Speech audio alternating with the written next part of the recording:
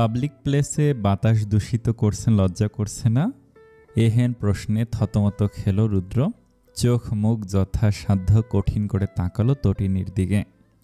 রুদ্রের কঠিন চাহনি দেখে তেমন ভাবাবেগ হলো না তটিনীর। নির্লিপ্ত ভাব নিয়ে বলল, চিল্লিয়ে বলবো?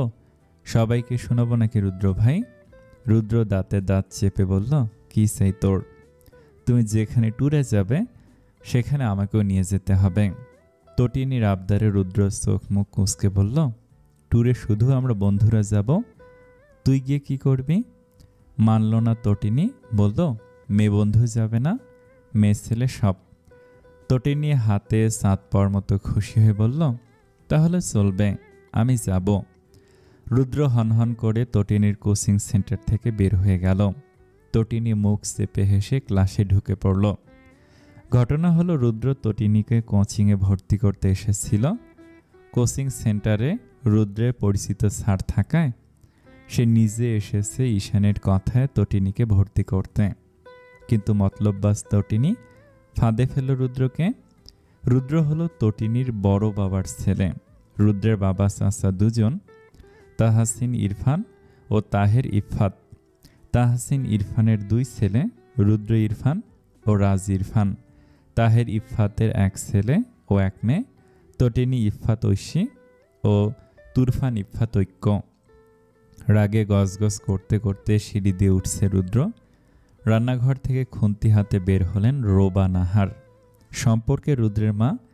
ছেলেকে এভাবে সিঁড়ি পেরিয়ে যেতে দেখে রোবা নাহার আশ্চর্য হলেন। গলা উঁচু করে বললেন, কি হয়েছে রুদু, এভাবে সিঁড়ি দিয়ে উঠছিস কেন? রুদ্রের রাগ তখন আকাশ ছুঁয়েছে। রোবা নাহারের কথা কানে যেতেই যতটুকু উপরে উঠেছিল ততটুকু নেমে গেল। রোবা নাহারের সামনে দাঁড়িয়ে বলল, নাও, নেমে গেলাম, আর উঠছি না সিঁড়ি দিয়ে, লাফিও না, শব্দ করিও না। রুদ্র হনহন করে নিচতলার স্টোররুমে ঢুকে গেল। রোবা নাহার হতভম্ব হয়ে দাঁড়িয়ে রইলেন। তখনই রান্নাঘর থেকে বেরিয়ে আসলেন ঈশানী। রোবা নাহারকে রোবটের মতো দাঁড়িয়ে থাকতে দেখে তিনি কাঁধে হাত রেখে ডাকলেন, আপা, কি হয়েছে? রুদ্রের গলা শুনলাম, কিছু নিয়ে রেগে গেছে নাকি? রোবা নাহার কাঁদো কাঁদো মুখ করে তাকে বললেন, আমি কি এই সংসারের কাজের বেটি? বাপও সব কিছু রাগ আমার ওপর ঝাড়ে। ছেলে এখন বাপের পথ ধরেছে, থাকবো না এ সংসারে। তোরা বাপ ছেলেই থাক। আমি বলে এতদিন সংসার করছি, অন্য কেউ হলে কবে সব ফেলে চলে যেত। রোবা নাহার নাকের জল চোখের জল এক করতে লাগলেন। ঈশানী থমথমে মুখশ্রী নিয়ে স্টোর রুমে প্রবেশ করলেন। রুদ্র তখন মাথায় হাত দিয়ে বসে আছে চেয়ারে। মায়ের সব কথা তার কানে এসেছে, সেটা মুখের ভাব দেখেই বোঝা যাচ্ছে। ঈশানী চুলের ভাঁজে হাত রেখে বললেন, কি হয়েছে রুদ্র বাবা, কি নিয়ে রেগে আছো? রুদ্র নাক ফুলিয়ে বলল, কিছু না চাচি। ঈশানী রুদ্রের মুখ উপরে তুললেন, স্নেহময় কণ্ঠে বললেন, চাচি আমাকে বলা যায় না রুদু? রুদ্র চোখ মুখ লাল করে বলল, তোমার মেয়ে আমাকে অপমান করেছে চাচি আম্মা। ঈশানী অবাক হয়ে বললেন, তটিনী, কেন? রুদ্র ফুসফুস করে বলল, ঐশীকে আমি তোমার কথাতে কোচিং সেন্টারে নিয়ে গেছি, ভর্তি করিয়ে বের হয়ে আসবো, ঠিক তখনই ও আমাকে অপমান করে। কি বলে অপমান করেছে? রুদ্র কিছু বলতে গিয়েও থেমে গেল। চোখ নিচের দিকে নিয়ে বলল, কিছু না চাচি, বাদ দাও। আমি মায়ের ওপর রাগ ঝেড়েছি, মা নিশ্চয়ই কষ্ট পেয়েছে। ঈশানী দীর্ঘশ্বাস ছেড়ে বললেন, হ্যাঁ, যাও তাকে গিয়ে সরি বলো, আজ তটিনী আসুক, তোমাকে অপমান করার শাস্তিও পাবে। রুদ্র স্টোর রুম থেকে বের হয়ে গেল। রোবা নাহার সোফায় মাথা হেলি বসে আছেন। রুদ্র মায়ের পাশে বসে জড়িয়ে ধরল। রোবা নাহার স্বভাবতই আবেগী একজন মানুষ। সন্তানদের যেমন ভালোবাসেন, তেমনি সন্তানদের কোনো ব্যবহারে কষ্ট পেলে অভিমান করেন ভীষণ। রুদ্র মায়ের কপালে চুমুখে বলল, আমি অনেক অনেক সরি মা, প্লিজ অভিমান করে থেকো না, তোমার রুদু অনেক অনেক সরি। রোবা নাহার নাক টেনে বললেন, কি রকম সরি? রুদ্র হেসে বলল, কানে ধরে উঠবস করার মতো সরি। তুমি যদি চাও আমি কানে ধরে উঠবস করব, করি? রোবা নাহার হেসে ফেললেন। রুদ্র মন খারাপ করে বলল, আমি অনেক খারাপ তাই না মা? তোমাকে অনেক জ্বালে, অনেক কষ্ট দেই, তুমি বলে হয়তো মেনে নাও। রোবা নাহার ছেলের চুলের ভাঁজে হাত বুলিয়ে দিয়ে বললেন, পাগল ছেলে আমার। স্যার, রান্না করতে হবে। তখনই ঈশানী ট্রেতে করে কফি আর বিস্কুট নিয়ে আসলো। সব কিছু ঠিকঠাক করে রেখে বললেন, মা ছেলে আপাতত এগুলো খান, রান্নাঘর আমি সামলে নিচ্ছি। ঈশানী চলে যেতেই রুদ্র রোবা নাহারের দিকে তাকিয়ে বলল, তোমার মেয়ের কপালে আজ শনি আছে মা, রাগের মাথায় তো বিচার দিয়ে ফেলেছি, তুমি প্লিজ বাঁচিয়ে নিও, চাষি আজ ছাড়বে না ওকে। রোবা নাহার অবাক হয়ে বললেন, কেন, কি করেছে আমার মেয়ে?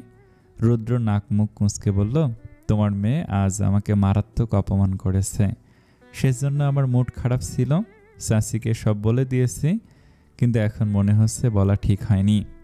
রোবা নাহার ছেলের দিকে কটমট করে তাকে বললেন, তুমি নিশ্চয়ই কিছু করেছো যার জন্য আমার মেয়ে তোমাকে অপমান করেছে। কি করেছে তুমি রুদ্র? রুদ্র অসহায় চোখে তাকিয়ে বলল, তুমি তো বিশ্বাস করবে না আমার কথা, তাইও বাসায় আসলে জিজ্ঞেস করো কি বলেছে আমারে। যতই হোক তোমার সত্তর রানীর মতো মেয়ে, ও তো কখনো মিথ্যে বলে না। রোবা নাহার কফিতে চুমুক দিয়ে বললেন, যাই করুক, আমার মেয়ে কখনো মিথ্যে বলে না। 10টা না 5টা না, 3 ভাইয়ের একটা মাত্র বোন, আগলে রাখবি না? 3টাই ওর পিছনে লাগিস কেন রে? তোদের কি খেয়ে কোনো কাজ নেই? রুদ্র গরম কফিতে চুমুক দিয়ে ঠোঁট পুড়িয়ে ফেলল। মেকি হেসে বলল, হ্যাঁ আমি তোর পিছনে লাগি, তোমার ছেলে তো বসে থাকে তাই না মা? রোবা নাহার গম্ভীর হলেন, ভেবে বললেন, রাজ আর ও না হয় সমবয়সী, সেজন্য লেগে যায়, তুমি তো বড় ভাইয়ের মতো রুদু। রুদ্র সবে গরম কফি মুখে নিয়েছে, মায়ের কথায় কাশি উঠে গেল তার। কাশতে কাশতে রুদ্র এবার সত্যি বায়ু দূষণ করে ফেলল। ঠিক তখনই দরজা ঠেলে বাড়িতে ঢুকলো তটিনী। রুদ্র ভাইয়ের এহেন বায়ু দূষণে চোখ বড় বড় হলো তার। রুদ্র অসহায় চোখে তটিনীর দিকে তাকিয়ে রইল। তার ইচ্ছে করলো মরে যেতে, মায়ের সামনে এইভাবে মান সম্মান যাওয়ার বাকি ছিল। রোবা নাহার নাক চেপে ধরে বললেন, ব্যাপার না, এরকম কত কি করেছিস ছোটবেলায়। রুদ্র লজ্জায় মাথা তুলে তাকাতে পারল না। তটিনী এগিয়ে এসে রোবা নাহারের আরেক পাশে বসল। বিচারদার ভঙ্গিতে বলল, কোচিংয়ে রুদ্র ভাই একই কাণ্ড করেছেন, সেজন্য আমি তাকে বলেছি পাবলিক প্লেসে বায়ু দূষণ করছেন কেন, সেটার জন্য তিনি রাগ করে চলে আসলেন। শুধু তাই নয়, বাড়িতে এসে মেবি মাকে বিচারও দিয়ে দিচ্ছে। এখন মা আমার পিঠের ছাল তুলবে বড় মা, তোমার ছেলের দোষ আর দোষী হলাম আমি, এসব কি মানা যায়? রোবা নাহার ছেলের দিকে কটমট করে তাকে বললেন, তুমি এসবের জন্য রেগেছিলে রুদু? কোথায় ঈশানী, আসো দেখি কেমন করে মারো আমার মেয়েকে তুমি। এত বড় সাহস তোমাদের, একজন বিচার দিচ্ছ তো আরেকজন মারতে চাইছো, বলি আমি কি মরে গেছি? তটিনী বাঁকা হেসে রোবা নাহারকে জড়িয়ে ধরল, আহ্লাদ করে বলল, আমার বড় মা কত ভালো। খুন্তি হাতে নিয়ে রান্নাঘর থেকে বের হলেন ঈশানী। মাকে দেখতে পেয়েই তটিনী রোবা নাহারের আষ্টে পৃষ্ঠে জড়িয়ে ধরল। ঈশানী ধেয়ে এসে খুন্তি ছুঁড়ে মারল রুদ্র, সেটা হাত দিয়ে ধরে নিল। ঈশানীর আগে গজগজ করতে করতে তটিনীর চুলের মুঠি ধরতে চাইলেন। এবার গর্জে উঠলেন রোবা নাহার। তটিনীকে আগলে নিয়ে বললেন, তোমার এত বড় সাহস, তুমি আমার মেয়েকে মারতে চাও? ঈশানী দমে গেলেন, কিন্তু মুখ বন্ধ করলেন না। ফুসফুস করে বললেন, ওকে জিজ্ঞেস করুন আপা, আধা ঘন্টাও তো হয়নি রুদ্র কোচিংয়ে ভর্তি করিয়ে দিয়ে এসেছে, ও এত তাড়াতাড়ি বাসায় চলে আসলো কেন? রোবা নাহার প্রশ্নবোধক চাহনি নিয়ে তটিনীর দিকে তাকালেন। এবার রুদ্র নিজেও ভাবনায় পড়ে গেল। তটিনীর দিকে তাকে বলল, এত তাড়াতাড়ি চলে এলে কেন ঐশী? তটিনী নিজের দুবেনি নাড়াতে নাড়াতে বলল, আমি তো ক্লাসে গেছিলাম রুদ্র ভাই, কিন্তু তটিনী মন খারাপ করে বলল, কিন্তু স্যারের না হঠাৎ পেট খারাপ করে, সেজন্য আমাদের তাড়াতাড়ি ছুটি দিয়ে দেয়। রুদ্র ঈশানীর দিকে তাকিয়ে বলল, বাদ দাও চাচি আম্মা। ঈশানী খুন্তি নিয়ে রান্নাঘরে চলে গেলেন। রোবা নাহার ছেলের দিকে কটমট করে তাকিয়ে বললেন, তুমি শুধু শুধু আমার মেয়ের নামে বিচার দিলে, দেখলে তো কত ভালো। রুদ্র কথা না বলে হনহন করে সিঁড়ি দিয়ে উঠে গেল। তটিনী মুখ বাঁকিয়ে তার বড় মাকে বলল, দেখেছ তোমার ছেলের কাজ, সবসময় মুখটাকে বাঁকা করে রাখে, জন্মের পর মধু খাওয়াতে পারোনি। রোবা নাহার মুখ টিপে হেসে বললেন, বাপের মতো হয়েছে তো, দেখিস না তোর বড় বাবা ঝগড়া লাগলে কিরকম করে। তটিনী যেন এক আকাশ সম আফসোস হলো। সে কাঁদো কাঁদো মুখ করে বলল, তোমার মতো কেন হলো না বড় মা? রোবা নাহার মন খারাপ করে বললেন, রাজটা তো আমার মতোই হয়েছে। মাছ দিয়ে রুদ্র বাপের সব পেয়ে বসেছে। কি করব বল, সবই আল্লাহর ইচ্ছে। তন্মধ্যে রান্নাঘর থেকে হাঁক ছাড়লে নিশানি, তুই ফ্রেশ হতে যাচ্ছিস না কেন? আমি কি আবার আসবো?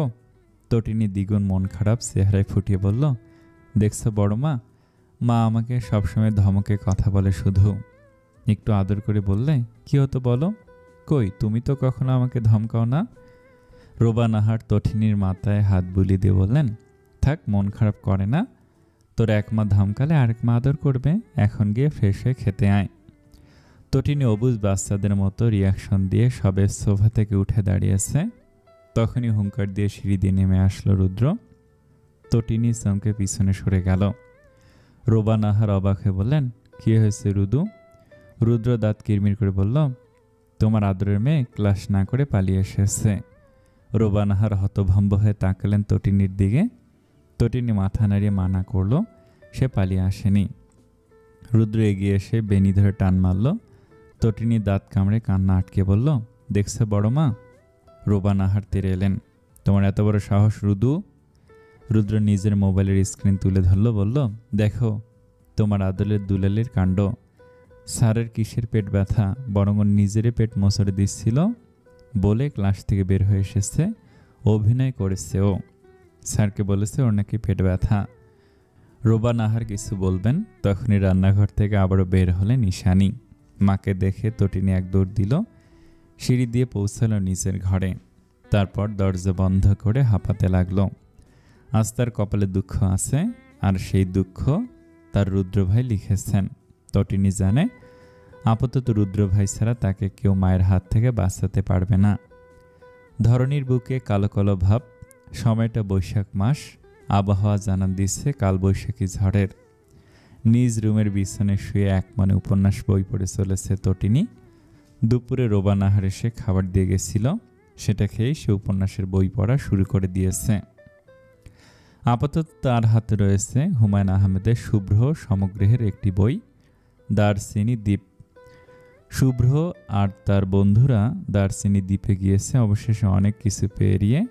তটিনীর মস্তিষ্কে চট করে একটি প্রশ্ন আসলো, রুদ্র ভাইও কি তার বন্ধুদের নিয়ে দারচিনি দ্বীপে যাবে?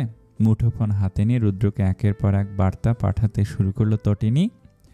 যেভাবেই হোক তাকে জানতে হবে। বইটা পড়ে তার নিজেরা এখন দারচিনি দ্বীপে যেতে ইচ্ছে করছে। নিজের রুমের পড়ার টেবিলে বসে আছে রুদ্র, হাতে মুঠোফোন। ফেসবুক ঘুরতে ঘুরতে মেসেজে আসার শব্দে বেজে উঠল। মেসেঞ্জারে প্রবেশ করতেই তটিনীর আইডি থেকে আসা মেসেজ চোখে পড়ল তার। মেসেজ সিন করল রুদ্র। তটিনী লিখেছে, আপনি কি দারচিনি দ্বীপে যাবেন রুদ্র ভাই? বলুন না প্লিজ।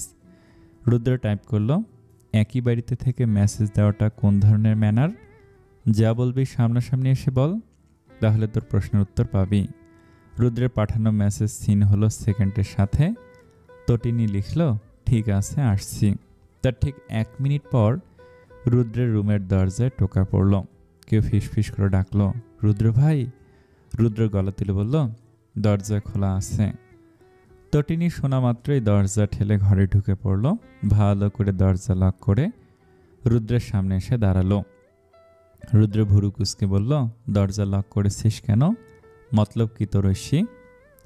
তটিনী ঠোঁট ফুলিয়ে বলল, হঠাৎ যদি মা চলে আসে? জানো না মা আজ রেগে আছে আমার ওপর। রুদ্র চোখ মুখ কুঁচকে ফেলল। অন্য সময় হলো হয়তো তটিনী বলতো, জানেন না নাকি আপনার কারণে মা আপনার পিছনে পড়েছে, না মেরে শান্ত হবে না। সব দোষ আপনার রুদ্র ভাই। আপনি যদি মাকে কিছু না বলতেন তো মা আমার ওপর ক্ষেপে যেত না। এখন আবার জিজ্ঞেস করছেন কেন দরজা লক করেছি? দরজা শুধু আপনার একা নেই, আমারও আছে। নিজের ভাবনা থেকে বের হলো রুদ্র। চোখ মুখ স্বাভাবিক করে বলল, কি জানতে চাস? তটিনী চোখে মুখে বিরক্তি লুকিয়ে বলল, আপনি কি দারচিনি দ্বীপে যাচ্ছেন? তটিনী ইয়াহু বলে চিৎকার করল। রুদ্র ভুরু কুঁচকে বলল, এত খুশি হচ্ছিস কেন? আপনি আমাকে আপনার সাথে নেবেন? Please please please. তোকে কেন নিতে যাব? হু আর ইউ? তটিনী অসহায় চোখে তাকে বলল, এমন করবেন না রুদ্র ভাই, আমি সত্যি যেতে চাই প্লিজ। রুদ্র চোখে চোখ রেখে বলল, ক্লাস ফাঁকি দেওয়া মেয়েকে আমি আমার সাথে ঘুরতে নিতে পারবো না। যে মেয়ে বড়দের সম্মান করতে জানে না তাকে তো কখনোই না।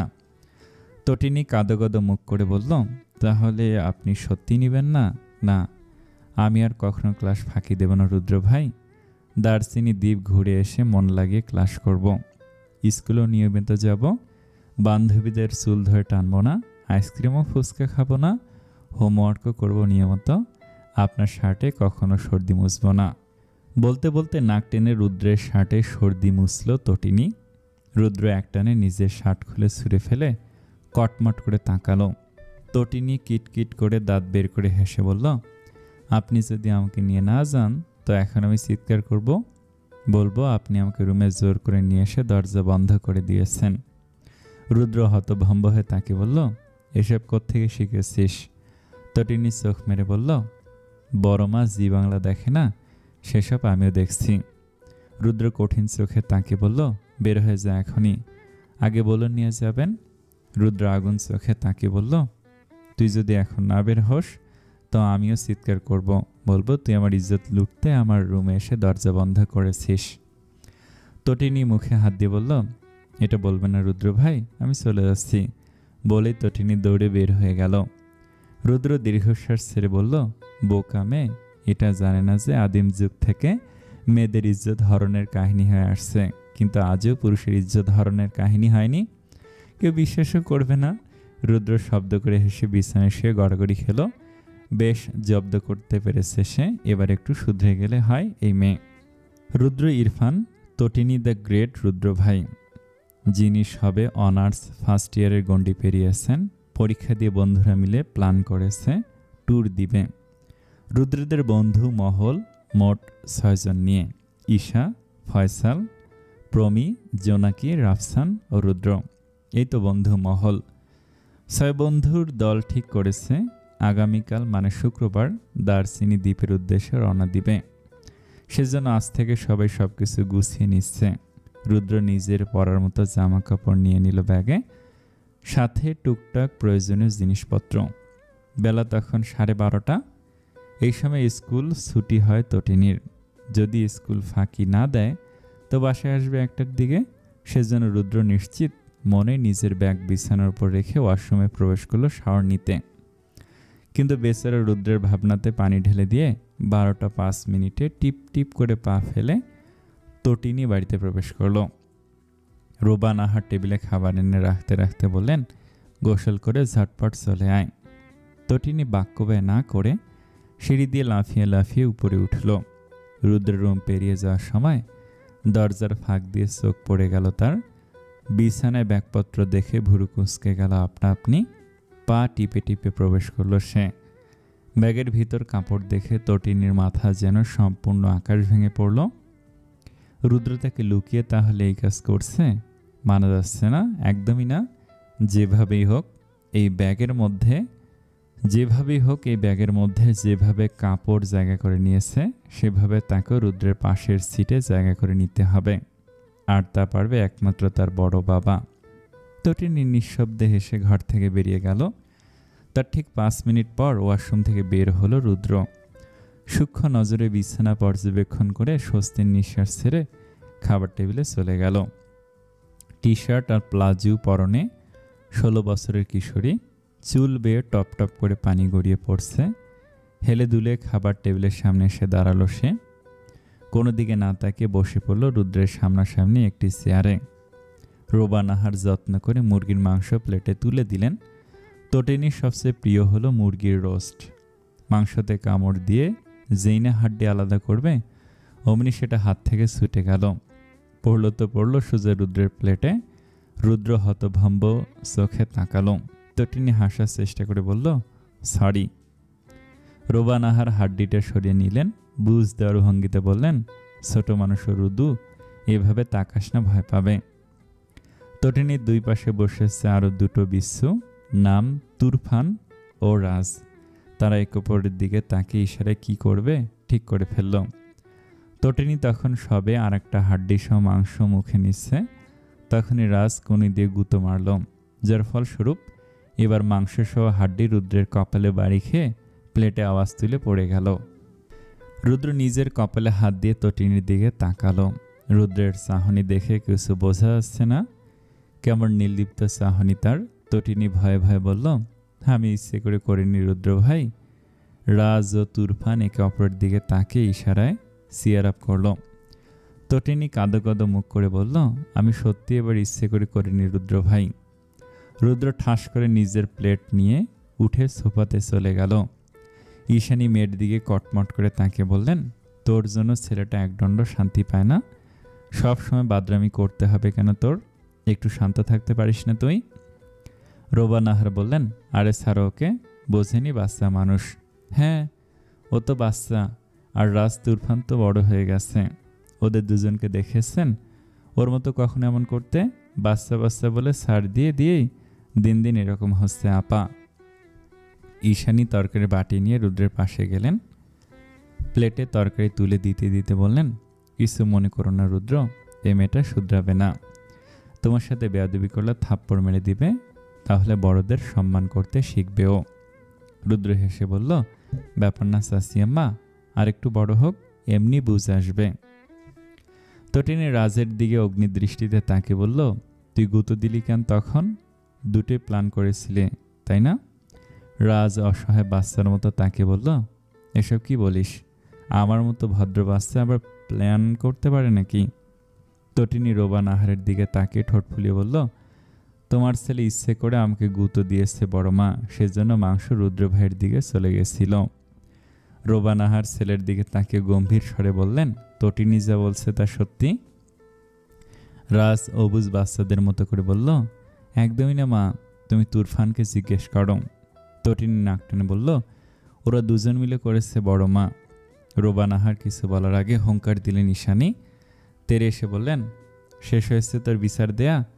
ছেলেগুলো তোর জন্য শান্তি পায় না, সারাদিন তো বাহিরে থাকে, বাসাতে কয়েক ঘন্টা থাকে, সেটাও তোর সহ্য হয় না। ওরা কি এখন তোর জন্য রাস্তায় থাকবে? রোবা নাহার গলা উঁচু করে বললেন, থামো তো, ওকে বকছো কেন? নিশ্চয়ই ওরা করেছে, সেজন্য বিচার দিয়েছে। সবসময় কি ইচ্ছে করে সব করবে নাকি? আপনি ওকে চেনেন না আপা, বাপের মতো বজ্জাত হয়েছে।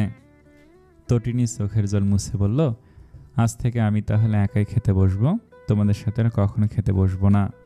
বলেই তটিনী সিঁড়ি বেয়ে নিজের রুমে চলে গেল। রোবা নাহার সবার দিকে তাকে বললেন, হয়েছে তোদের? শান্তি পাচ্ছিস তোরা? মেয়েটা খেতেও পারলো না তোদের জন্য। সব সময় ওর পেছনে না লাগলে চলে না তোমাদের। চলে গেছে তো, এবার চারজনের শান্তিতে বসে খাও। রোবা নাহার গটগট করে নিজের রুমের দিকে চলে গেলেন। ঈশানী মন খারাপ করে বললেন, দেখেছ রুদ্র, দোষ করলো কে, দোষী হলো কে? রুদ্র হাত মুছতে মুছতে বলল, আমি দেখছি। বিছানায় মাথা নিচু করে বসে আছে তটিনী, বিষণ্ণ মনে ভেবে বলছে নিজের বাবাকে।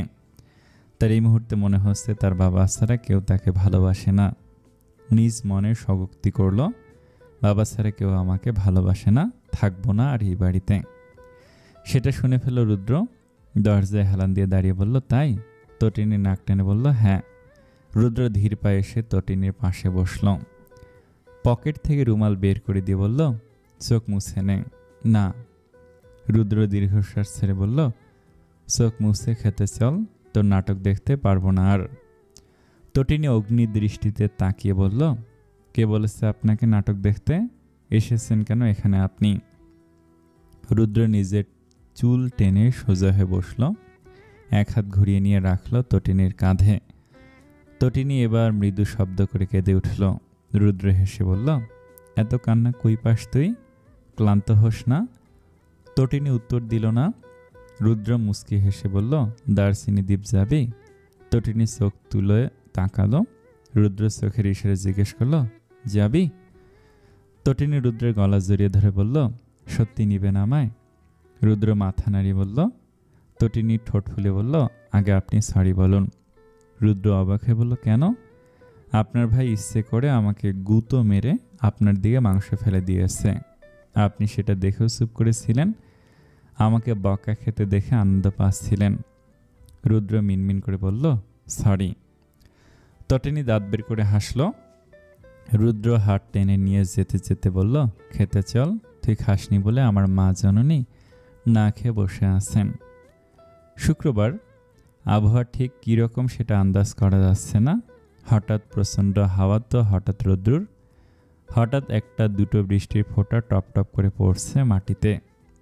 এই জটিল আবহাওয়াতে রুদ্রের সাথে ব্যাগপত্র গুছিয়ে গাড়িতে চড়ে বসেছে তটিনী। পরনে জিন্স ও ফতুয়া, উপরে জ্যাকেট পরা, চোখে সানগ্লাস লাগিয়ে ভাব নিয়ে গাড়ির জানালার ফাঁক দিয়ে আশেপাশে তাকাচ্ছে সে। রুদ্র নিজের চোখ থেকে সানগ্লাস খুলে নিয়ে বলল, সব কিছু ঠিকঠাক নিয়েছিস? পরে বলিস না যেন এটা আনতে ভুলে গেছি, ওটা আনতে ভুলে গেছি। তটিনী প্রত্যুত্তরে কিছু বলল না, শুধু ভাব নিয়ে একবার সানগ্লাস হাত দিয়ে নাড়ালো। রুদ্র ভুরু কুঁচকে বলল, কি হলো, উত্তর দিচ্ছিস না কেন? সেন্ট মার্টিন দ্বীপে যাওয়ার খুশিতে পাগল হয়ে গেলি নাকি? তটিনী বরাবরের মতো সানগ্লাস নাড়ালো, বলল, হুমায়ুন আহমেদের শুভ্র চরিত্রের মতো দারুচিনি দ্বীপে যাচ্ছি, ভাব তো থাকবেই। আমি এখন ভাবের কারণে আপনার সাথে কোনো কথাটা বলতে পারবো না রুদ্র ভাই, so don't ask me any question. Rudra নাক মুখ কুঁচকে বলল, ইংরেজরা তোর ইংরেজি শুনলে জ্ঞান হারাতে, আর তুই সেটা জানিস? তটিনী সানগ্লাস নাড়িয়ে বলল, সেন্ট মার্টিনে ঘুরতে যাচ্ছি, সম্মান দিয়ে কথা বলুন, নাহলে আপনাকে অজ্ঞান করে দেব। রুদ্র থতমত মুখশ্রী নিয়ে চুপ হয়ে গেল। গাড়ি চলতে শুরু করল। গাড়িটা তাদের পৌঁছে দিবে সায়দাবাদে, সেখান থেকে বাকি 5 জনের সাথে মিলিত হবে তারা। সন্ধ্যা 7টার দিকে সায়দাবাদ পৌঁছে তটিনী রুদ্রের হাত ধরে কাঁধে ব্যাগ নিয়ে নেমে দাঁড়ালো। তখনই তাদের ঘিরে ধরল একদল তরুণ তরুণী। তটিনী সানগ্লাস নাড়িয়ে বলল, আপনারা কারা? এভাবে ঘিরে ধরেছেন কেন? সরে দাঁড়ান বলছি। উফ বাবা, দম বন্ধ হয়ে গেল আমার।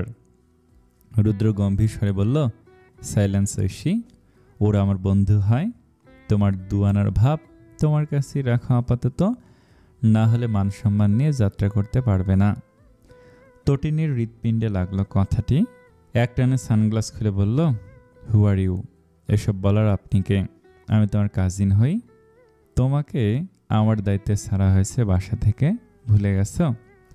তটিনীর ভাব পুনরায় ফিরে আসলো, বলল, সেটা বাড়ি থেকে বের হয়ে আমি ভুলে গেছি, আপনিও ভুলে যান। এই মুহূর্তে আমার কোনো কাজিন নেই, শুধুমাত্র যাত্রার সঙ্গী, ওকে? রুদ্র দীর্ঘশ্বাস ছেড়ে নিজের বন্ধুদের দিকে তাকালো, যারা হা করে তাকে এতক্ষণ তটিনীকে পর্যবেক্ষণ করছে। প্রমি তটিনীর দিকে হাত বাড়িয়ে দিল, বলল, হাই, আমি প্রমি আজাদ, রুদ্রের বন্ধু। তুমি আমাদের যাত্রার সঙ্গী হতে চলেছ। তটিনী আলতো করে হাত মিলিয়ে বলল, হ্যালো, আমি তটিনী ইফফাত ঐশী, আপনার যাত্রাপথে সঙ্গী হতো, পরে আরও অনেক ভালো লাগবে। প্রমির পাশ থেকে ফয়সাল ফিসফিস করে বলল, স্কুলের ইংরেজি বই থেকে ডায়লগ শিখে এসেছে নাকি? প্রমি তটিনীর দিকে তাকে হাসার চেষ্টা করে ফিসফিস করে বলল, চুপ কর, শুনে ফেলবে বাচ্চা মেয়ে। তটিনী কথাগুলো শুনে ফেলল। তার কান বরাবরই এক্সপার্ট মানুষের কথা শুনতে, কিন্তু সে সেটার বিনিময়ে কোনো উত্তর দিল না। তিতা হলেও সত্য, সে সত্যি স্কুলের ইংরেজি বই থেকে ডায়লগ মুখস্থ করে এসেছে, যাত্রাপথে ভাব নিতে হবে না। এবার হাত বাড়িয়ে দিল জোনাকি, বলল, কেমন আছো ঐশী? তোমার কথা অনেক শুনি রুদ্রের কাছ থেকে। তটিনী হাত মিলিয়ে বলল, I am fine, what about you? Jonaki মুস্কি হেসে বলল, I am also fine, cute girl. তারপর হাত বাড়ালো ঈশা, বলল, হেই নটি গার্ল, আমি ঈশা আহমেদ, রুদ্রের বন্ধু। তটিনী এবারও হাসি মুখে হাত মিলিয়ে বলল, আমি রুদ্রের কেউ হই না, আমি তটিনী ইফফাত ঐশী। রুদ্রের কানে কানে রাফসান বলল, তোর না কাজিন হয়? রুদ্র গম্ভীর স্বরে বলল, বাড়ি থেকে বের হওয়ার পর সে আমার কিছু হয় না, আপাতত আমরা অপরিচিত। রাফসান হতভম্ব চোখে তাকে বলল, মেয়েটি এত বাচ্চা। তটিনী এবার নিজে থেকে এগিয়ে এসে রাফসানের দিকে হাত বাড়ালো, বলল, হ্যালো মিস্টার, আই এম তটিনী ইফফাত ঐশী। রাফসান হাত মিলিয়ে বলল, আমি আপনার নাম জানি, আপনাকে বলতে হবে না, আশা রাখছি আপনি আমার নামটা জেনে থাকবেন। তটিনী ভাব নিয়ে চোখে সানগ্লাস পরে বলল, সবার নাম মনে রাখার মতো সময় আমার নেই, তো চলুন টেকনাফের উদ্দেশ্যে রওনা দেওয়া যাক। রুদ্র গম্ভীর স্বরে নিজের ব্যাগ নিয়ে আগে আগে হাঁটতে লাগলো। তটিনী নিজের ছোট ছোট পা নিয়ে পিছিয়ে পড়ল। অগত্যা ভাব ছেড়ে দৌড়ে রুদ্রের হাত ধরে হাঁটতে লাগলো। দৌড়ে আসতে গিয়ে ভাবওয়ালা তটিনীর ভাবওয়ালা সানগ্লাসে খুলে পড়ে গেল। রাত 8টার দিকে এসি বাসে বসে পড়ল তারা। তটিনীর সিট রুদ্রের পাশেই পড়েছে। রুদ্র নিজেই নিজের পাশে সিট কেটেছে। যে মেয়ে কখন না হারিয়ে যায় এদিক সেদিক। বাসের সিটে বসে তটিনী পায়ের ওপর পা তুলল। রুদ্র গম্ভীর স্বরে বলল, পা নামিয়ে বস। তোর বাপসাসে কিনে নি বাস। তটিনী নাক ফুলে বলল, বাপসাসে কিনে নি তো কি হয়েছে? আপনি টিকিট কাটেননি, টাকা দিয়ে বসেছি, পারলে সিটের উপর পা তুলে বসবো, আমার ইচ্ছে। রুদ্র মুখে কুলু পেটে বসে রইল। সে মনে মনে প্রতিজ্ঞা করল, যাত্রার পথে আর একটাও বাক্য ব্যয় হলে এই ভাবওয়ালি ঝগড়ুটে মেয়েটার সাথে সে আর কথা বলবে না। 12 ঘন্টার জার্নি, এই 12 ঘন্টা তটিনী একদমই চুপ হয়ে বসে থাকার মতো মেয়ে নয়। রুদ্র নিজে থেকে কথা বলছে না বলে তটিনী নিজে থেকে বলল, বাসে তো 12 ঘন্টা বসে থাকতে হবে, চলুন না কিছু করি। রুদ্রের গম্ভীর গলা, কি করতে চাইছিস? তটিনী ঠোঁট উল্টে বলল, যা করলে বোরিং লাগবে না। রুদ্র নিজের ব্যাগ থেকে হেডফোন বের করে দিল। তটিনী সেটা হাতে নিয়ে বলল, জার্নিতে হেডফোন দিয়ে গান শুনতে শুনতে যাব, ওয়াও। রুদ্র হেডফোন কেড়ে নিয়ে বলল, ওটা তোর জন্য না। তটিনী মন খারাপ করে বলল, দেন না একটু, গানই তো শুনবো। রুদ্র অদ্ভুত চোখে তাকে বলল, এটা দিয়ে গান ছাড়া কি আর কিছু শোনা যায়? তটিনী মাথা নাড়িয়ে না করল। রুদ্র অদ্ভুত চাহনি না পাল্টে বলল, তাহলে বললি না কেন? গানই তো শুনবি, অন্য কিছু শোনার ধান্দায় ছিলি নাকি?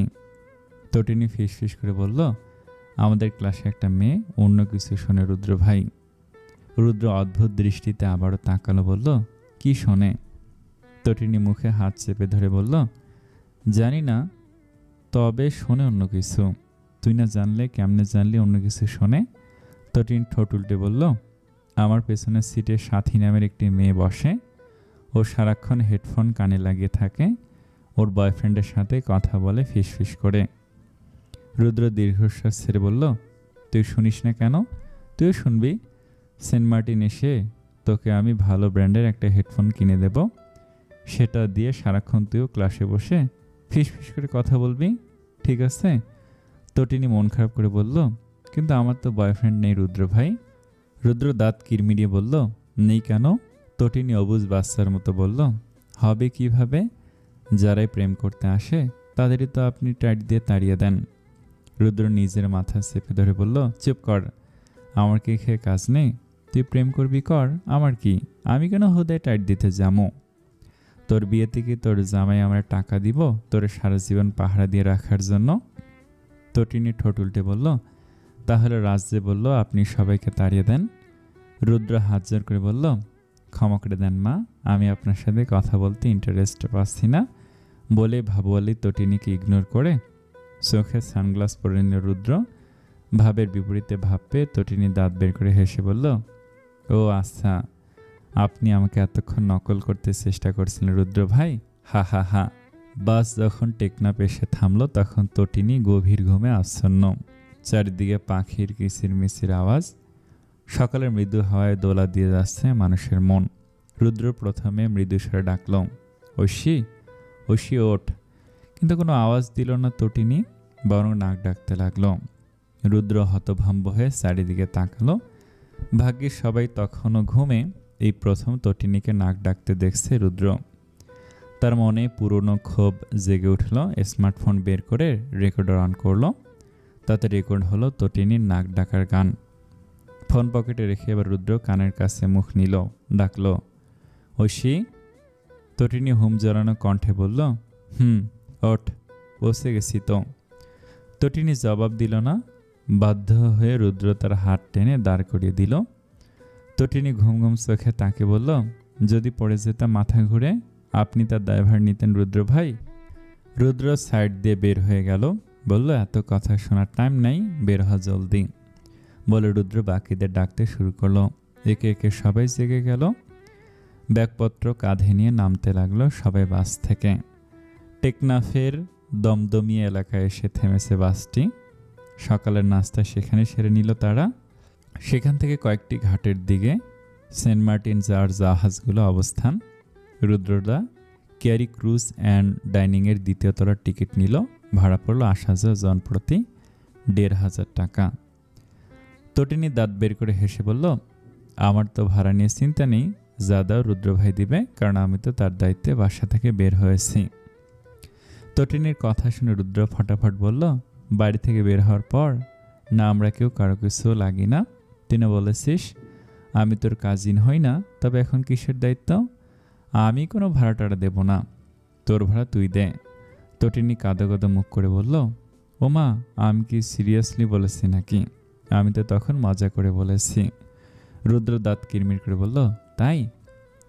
তটিনী মুখ কাঁচমুচু করে বলল, দিয়ে দিন না রুদ্র ভাই, আমার কাছে মাত্র ৫০০০ টাকা আছে, এগুলো তো সেন্ট মার্টিনে শপিং করতেই চলে যাবে। রুদ্র কথা বলার ভাষা হারিয়ে ফেলল।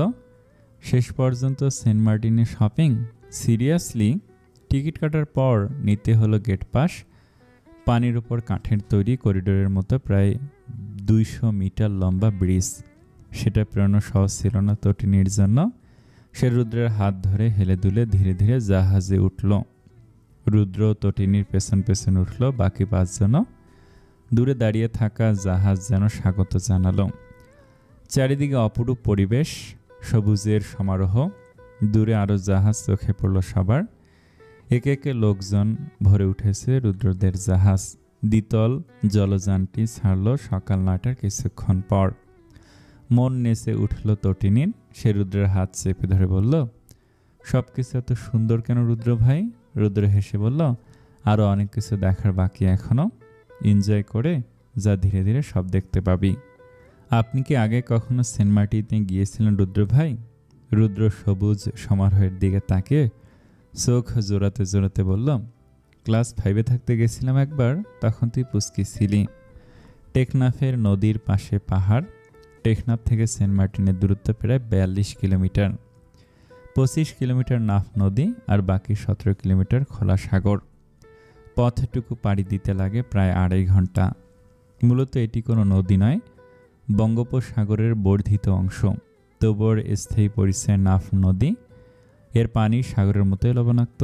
নদী মাঝখানে দাঁড়িয়ে বাংলাদেশ ও মিয়ানমারকে দুভাগ করেছে। পশ্চিম পাড়ে বাংলাদেশের টেকনাফ উপজেলা এবং পূর্ব পাড়ে মায়ানমারের রাখাইন প্রদেশের আকিয়াব। নদীটা যখন পেরিয়ে যাচ্ছিল তখন চঞ্চল তটিনী আবেগে চোখের জল ছেড়ে আবারও বলেছিল, সব কিছু এত সুন্দর কেন রুদ্র ভাই? রুদ্র ভেবেছিল শুধু জল দেখা হবে। টেকনাফে অনেক পাহাড়ও চোখে পড়ল। নদীর কোল ঘেঁষে গাছের সারি, জেলেদের মাছ ধরার দৃশ্য আর নীল আকাশ, সব মিলিয়ে অপূর্ব। রুদ্র সে অপূর্ব দৃশ্য ক্যামেরায় বন্দি করতে করতে বলেছিল, তোকে একদিন পুরো দেশ ঘোরা বসি। আরও কত কিছু রয়েছে আমাদের বাংলাদেশে, এত সবুজে ভরা দেশ আর কোথাও নেই। জাহাজের পিছু পিছু খাবারের লোভে উড়ে আসছে গাংচিল। একসময় জাহাজ পেরিয়ে গেল শাহপরীর দ্বীপের শেষ অংশ, বদর মোকামসর। সাগরের নীলাভ জল মন ভিজিয়ে দিল। এত অপরূপ বাংলা। কেউ বসে, কেউ দাঁড়িয়ে নাফ নদী ও পারে মায়ানমারের সীমান্তের সৌন্দর্য দেখছে। সাগরের হাওয়ায় ভেসে যেতে লাগলো সবার মন। নাফ নদীর পাড় ঘেঁষে মিয়ানমারের সঙ্গে কাঁটাতারের সীমান্ত। সাগরের দিকে এগিয়ে যাচ্ছে জাহাজ। সাগর ও নদীর পানির ভিন্ন দুই রং, কি বিচিত্র লীলা। মাঝে মধ্যে সবাই জাহাজের ভেতরে ঢোকে খানিক বিশ্রাম নিচ্ছে। সাগরের নীল জলে সাদা ফেনার খেলা। সাগর ও নাফ নদীর মোহনায় জলে নৌকা যাচ্ছিল। সোনার বাংলার অপরূপ সৌন্দর্যে নেচে উঠেছিল প্রতিটি প্রাণ। দীর্ঘ ক্লান্তিহীন ভ্রমণ শেষে সবাই নামল প্রবাল দ্বীপ সেন্ট মার্টিনের ঘাটে। জাহাজ থেকে নামার পর আগে থেকে ভাড়া করা রিসোর্টে যাওয়ার জন্য টমটম নেওয়া হলো। ভাড়া পড়ল ১০০ টাকা। রিসোর্টের পাশেই সৈকত। দেখে মন জুড়িয়ে গেল তটিনীর। হাতের ব্যাগ ফেলে দৌড়ে এগিয়ে গেল সেদিকে। রুদ্র ক্যামেরা নিয়ে পেছন পেছন ছুটতে ছুটতে বলল, আস্তে আস্তে যা, পড়ে যাবি তো। রুদ্রের ক্যামেরায় বন্দী হলো সৈকতের মোহনীয় মায়ায় আটকে পড়া তটিনীর অপরূপ সোনার মতো ছবি। অবশেষে দারুচিনি দ্বীপের দেশে রুদ্রের সাথে পৌঁছে গেল তটিনী ইফফাত ঐশী। প্রায় 250 বছর আগে আরব ব্যবসায়ীরা প্রথম এই দ্বীপে আসেন। তারা এর নাম দেন জিঞ্জিরা। পরবর্তী সময়ে পর্তুগিজ জলদস্যুরা দ্বীপটির নাম রাখে সিনামন আইল্যান্ড, বাংলায় দারুচিনি দ্বীপ। ব্রিটিশ শাসনামলে চট্টগ্রামের ডিসি মার্টিনের নামে এর নামকরণ করা হয় সেন্ট মার্টিন দ্বীপ। এখানকার অধিবাসীদের আগমন ঘটে বহু বছর আগে। টেকনাফ থেকে কিছু সংখ্যক জেলে বঙ্গোপসাগরে মাছ ধরতে এসে দ্বীপটির সন্ধান পায়। এরপর তার স্থায়ী বসতি গড়ে। শুরুতে 60টি পরিবার ছিল বলে জানা যায়। পরে এসব পরিবারের সূত্রেই আসতে থাকে আরও লোক। বর্তমানে দ্বীপটিতে প্রায় 7,000 লোকের বসবাস। পুরো দ্বীপে 9টি গ্রাম, একটা ইউনিয়ন। পর্যটকদের নিরাপত্তা এখানকার মানুষের অগ্রাধিকারের বিষয়, তাই যে কেউ অবাধে দোকানও সময় ঘুরতে পারেন সাগর পাড়ে। জীবিকা বলতে মাছ ধরা, ধান চাষ, তরমুজ চাষ ও নারিকেল গাছ বেষ্টিত এই দ্বীপে দেশি বিদেশি পর্যটকরা বেড়াতে আসে। পর্যটকদের জন্য রয়েছে বেশ কয়েকটি বিলাসবহুল হোটেল। দ্বীপটিতে তটিনীর ছিল মোট 2 দিন। দ্বীপটি দেখতে মন প্রাণ জুড়িয়ে যায়। প্রবাল পাথরের উপর দিয়ে হাঁটার অনুভূতি অন্যরকম। দূরে জেলের নৌকা দেখা মেলে। দ্বীপের কয়েকটি জায়গা থেকে সাইকেল ভাড়া নেওয়া যায়। সাইকেল নিয়ে সৈকতে ঘোরা যাবে। তটিনী বায়না করেছিল সে সাইকেলে ঘুরবে। অগত্যা রুদ্র সাইকেলও ঘুরিয়েছিল। বিকেলে দ্বীপ ঘুরতে বের হওয়াটা ছিল উপভোগ্য। হাঁটতেই ভালো লাগে বেশি। ঘুরতে ঘুরতে হুমায়ুন আহমেদের স্মৃতি বিজড়িত বাড়ি সমুদ্র বিলাসের সামনে গেছিল তারা। প্রয়াত নন্দিত এই কথা সাহিত্যিক এটি গড়ে তুলেছিলেন। সেই সমুদ্র বিলাসের সামনে ক্লিক করা হলো একটি গ্রুপ ফটো। রুদ্রসহ 6 জনের সাথে জায়গা করে নিয়েছিল চঞ্চল তটিনী নামের মেয়েটি। ঘুরতে ঘুরতে বেলা গড়িয়ে গোধূলি। অনেকে বেলা শেষে সাগর পাড়ে নিজেকে দেখবেন বলে ভিড় করে। সূর্যাস্তের ক্ষণ ঘনিয়ে আসছিল। সবাই দারুণ উচ্ছ্বাসে সূর্যাস্ত দেখছিল। বলে রাখা ভালো, রাতে সৈকতে বসে সাগরের গর্জন শোনার মধ্যে এক অন্যরকম আনন্দ। তটিনীরা সেই আনন্দ উপভোগ করে 3 দিনের ট্যুর শেষে বাড়ি ফিরেছিল। রুদ্রের ভার্সিটি বাসা থেকে প্রায় 1.5 ঘন্টা দূরত্বে, সেজন্য সে বাইক ব্যবহার করে। দারুচিনি দ্বীপ থেকে আসার পর বন্ধুদের সাথে আর আড্ডা দেওয়া হয়নি। আজকে 2য় ইয়ারের ক্লাস শুরু তাদের। তীব্র আগ্রহ নিয়ে কাঁধে ব্যাগ নিয়ে রুদ্র যখন বাইকে বসে মাথায় হেলমেট পরছিল, তখনই কাঁধে স্কুল ব্যাগ নিয়ে দুবেনি নাচে হেলে দুলে এসে দাঁড়ালো তটিনী। রুদ্র হেলমেট পরে নিয়ে বলল, স্কুলে যাচ্ছিস? তটিনী নাক ফুলে বলল, স্কুল ড্রেস পরে কি মানুষ টয়লেটে যায় নাকি? রুদ্র নিজের মুখ সামনে নিল। কোনো বাক্য ব্যয় না করে বাইক স্টার্ট দিতেই তটিনী চট করে পেছনে বসে পড়ল। রুদ্র চোখ মুখ কুঁচকে বলল, পেছনে বসেছিস কেন? তো কি সামনে বসবো? আমার আপত্তি নেই। হিন্দি সিনেমায় নায়িকারা সামনে বসে, আমি দেখেছি। তটিনীর নির্লিপ্ত উত্তরে রুদ্রের গলা শুকিয়ে গেল। হালকা কেসে বলল, তুই বাড়ির গাড়ি দিয়ে স্কুলে যা। তটিনী মন খারাপ করে বলল, আজ আমার বান্ধবী ললিতা স্কুলে যাবে না রুদ্র ভাই, সেজন্য আমার একা যেতে ভালো লাগছে না। তুমি প্লিজ পৌঁছে দাও। তো গাড়িতে জানা, ড্রাইভার চাচা পৌঁছে দিবে। তটিনী মুখ ছোট করে বলল, গাড়িতে যেতে ভালো লাগে না সব সময়, ললিতার সাথে হেঁটে হেঁটে যেতে ভালো লাগে। রুদ্র দীর্ঘশ্বাস ছেড়ে বলল, কি হয়েছে ললিতার? তটিনী মুখ কাঁদো কাঁদো করে বলল, ওর অনেক জ্বর রুদ্র ভাই। রুদ্র গম্ভীর স্বরে বলল, ধরে বস, তোকে পৌঁছে দিয়ে আমাকে ভার্সিটিতে যেতে হবে। রুদ্র নিজের হেলমেট খুলে তটিনীকে পরিয়ে দিল। তারপর বাইক পুনরায় স্টার্ট দিল। তটিনী পেছন থেকে শক্ত করে 2 হাত দিয়ে ধরে বলল, এত আস্তে চালাচ্ছেন কেন? আরও জোরে চালান। রুদ্রের স্পিড বাড়ালো।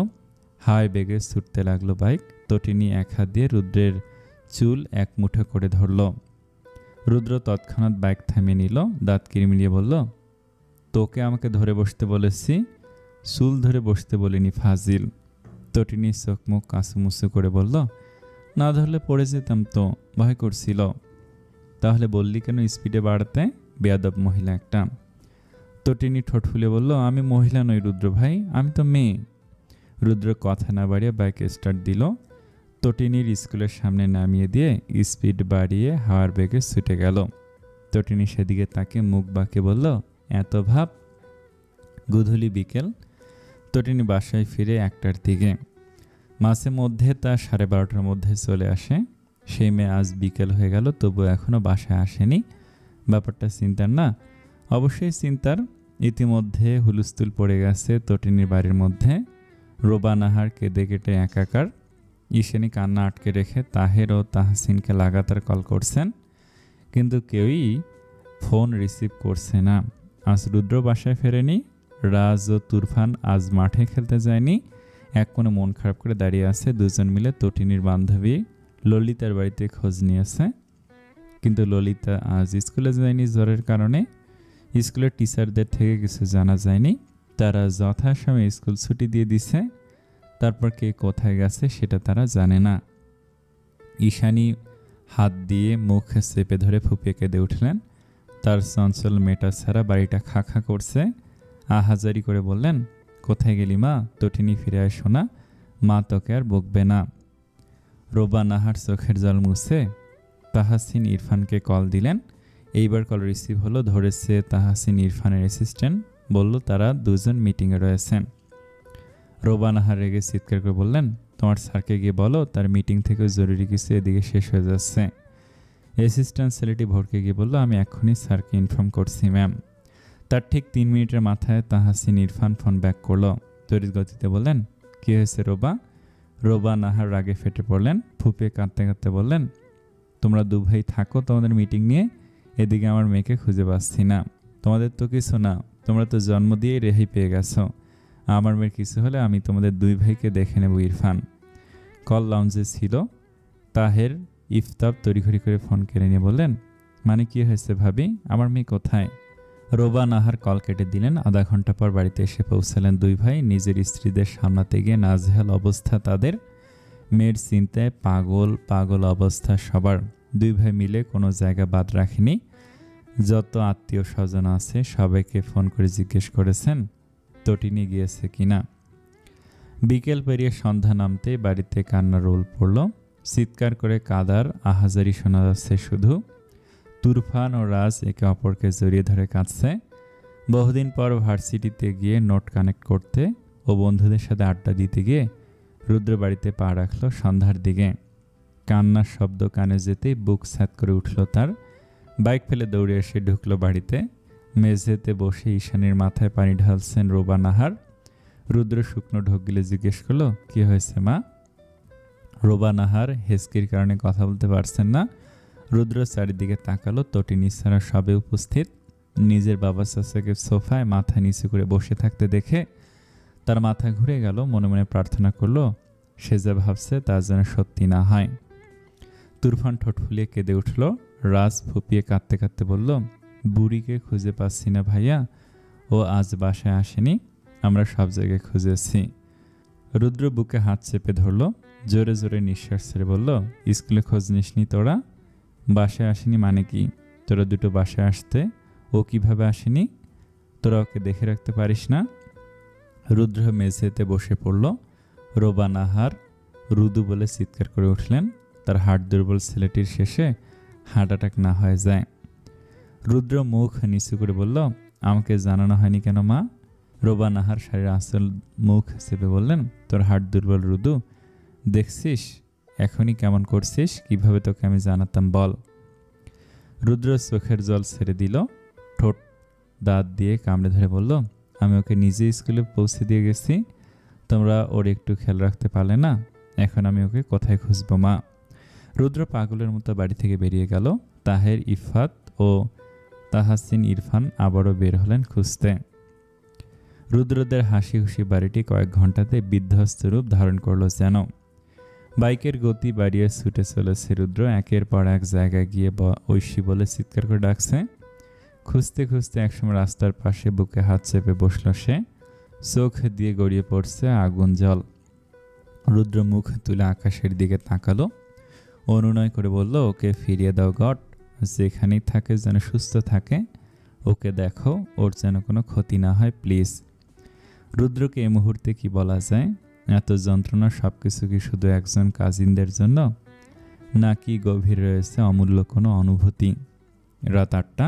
রুদ্রদের হইচই করা বাড়িটা আজ নিস্তব্ধতায় মুড়িয়ে গেছে। মেঝেতে উদাসীন হয়ে বসে আছে সকলে।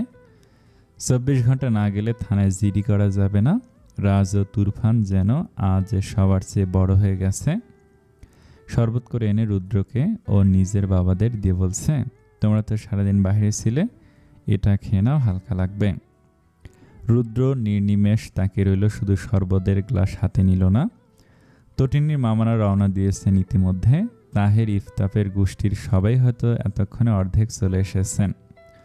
রুদ্র যখন উদাসীন হয়ে মেঝেতে তাকে, তখনই বিকট শব্দে বেজে উঠল তার মুঠোফোন। রাজ ডেকে বলল, ভাইয়া তোমার ফোন বাজছে। রুদ্র পকেট থেকে ফোন বের করে আননোন নাম্বার দেখে রিসিভ করল। কানে নিতে ভেসে এলো চিরপরিচিত কণ্ঠস্বর। রুদ্র ভাই, হাসপাতালে আসুন না একটু, আমাকে এসে নিয়ে যান। মা বাবা নিশ্চয়ই চিন্তা করছে, অনেক লেট হয়ে গেছে তো। রুদ্র কথা বলতে চেষ্টা করলো, কিন্তু তার গলা দিয়ে স্বর এলো না। অগত্যা লঞ্চে দিয়ে মোবাইল নিজের বাবার দিকে গিয়ে দিল। তাহাসিন ইরফান অবাক হয়ে বললেন, হ্যালো। তটিনী নাক ফুলে বলল, ও বড় বাবা, নিতে আসো আমায়, আমি আটকে গেছি তো। রোবা নাহার তৎক্ষণাৎ মোবাইল কেড়ে নিলেন, বললেন, কোথায় তুই তটিনী মা? তটিনীর গলায় ভেসে এলো, আমি হাসপাতালে আটকে গেছি বড় মা, রুদ্র ভাইকে পাঠাও জলদি। কোন হাসপাতাল মা? তটিনী হাসপাতালের নাম বলে রেখে দিল। রোবা নাহার রুদ্রের দিকে তাকালেন। রুদ্র মাথা নাড়িয়ে না করল। অগত্যা তাহের ও তাহসিন বের হলেন নিজেদের মেয়েকে আনতে।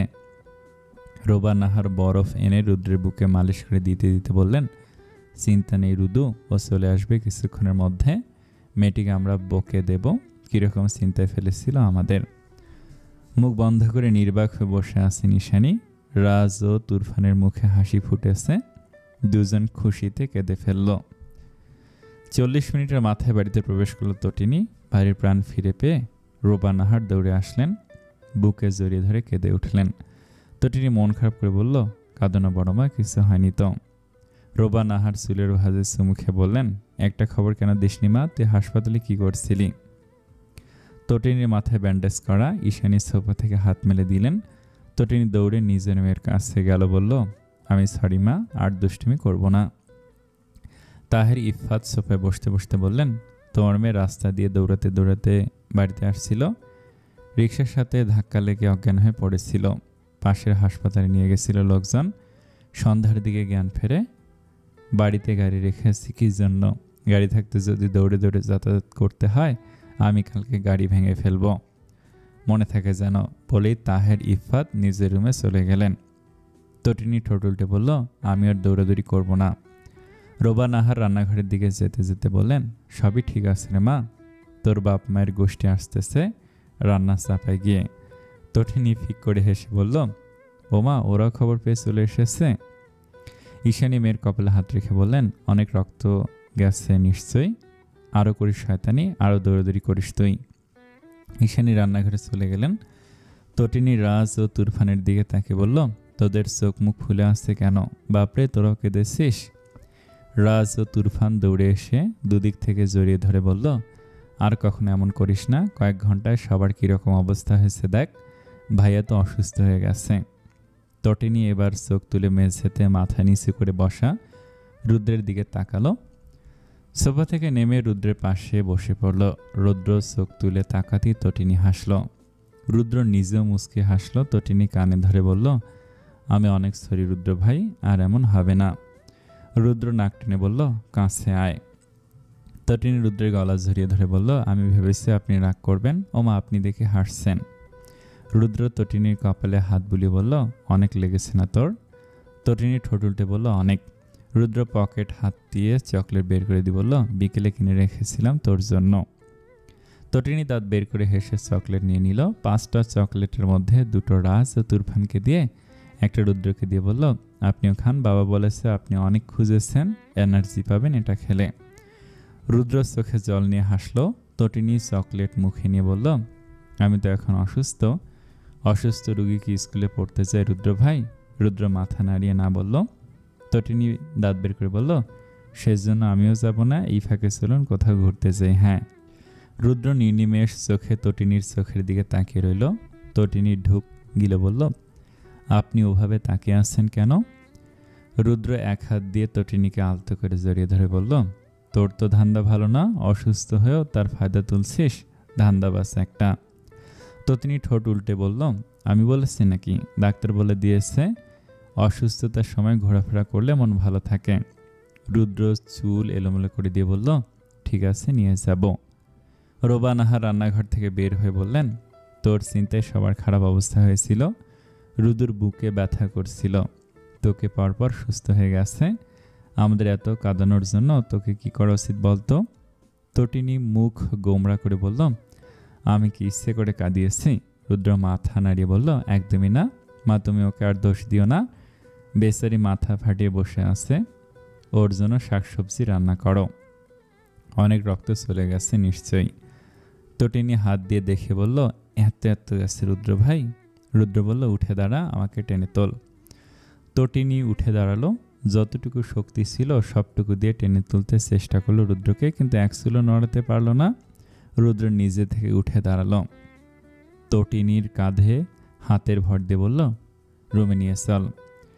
তটিনী সিঁড়ি বেয়ে উঠতে উঠতে বলল, আপনার অনেক খারাপ লাগছে রুদ্র ভাই, ডাক্তার ডাকি? রুদ্র হেসে বলল, লাগবে না, ঠিকই আছি। রুদ্রকে নিজের বিছানায় শুয়ে দিয়ে তটিনী দাঁড়িয়ে রইল। রুদ্র চোখ বন্ধ করে চুপ করে রইল। তটিনী মিনমিন করে বলল, আপনার কি মাথা যন্ত্রণা করছে রুদ্র ভাই? টিপে দেই?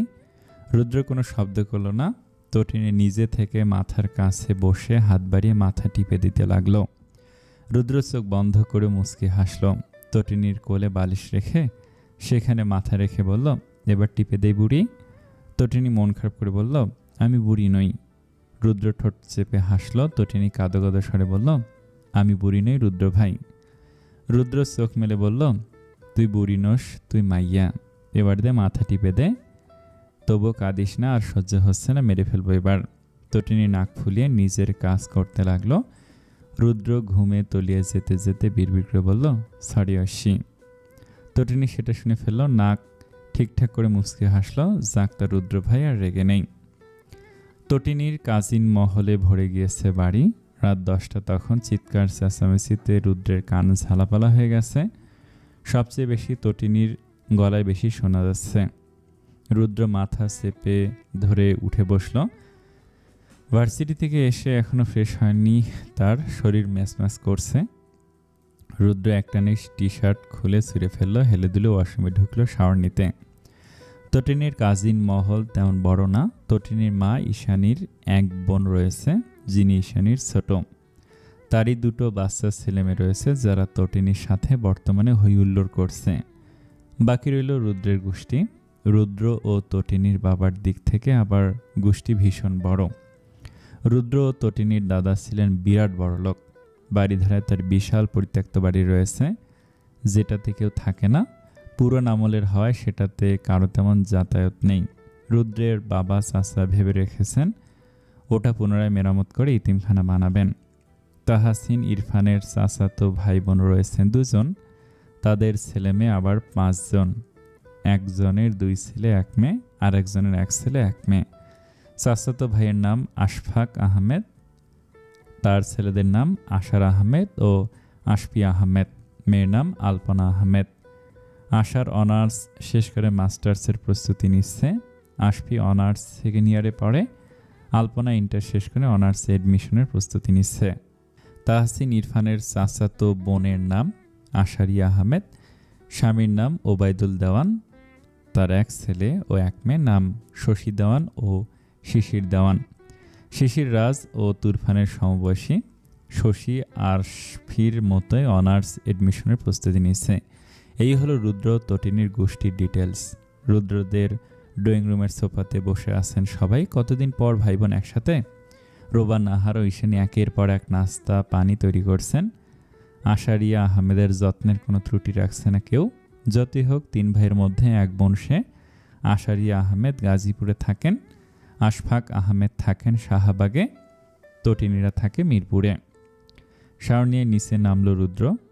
তটিনী তখনও এদিক ওদিক ছুটছে, সাথে ছুটছে তার খালাতো 2 ভাই বোন। রুদ্র মৃদুস্বরে ধমক দিয়ে বলল, এত দৌড়দৌড়ি করছিস কেন তোরা?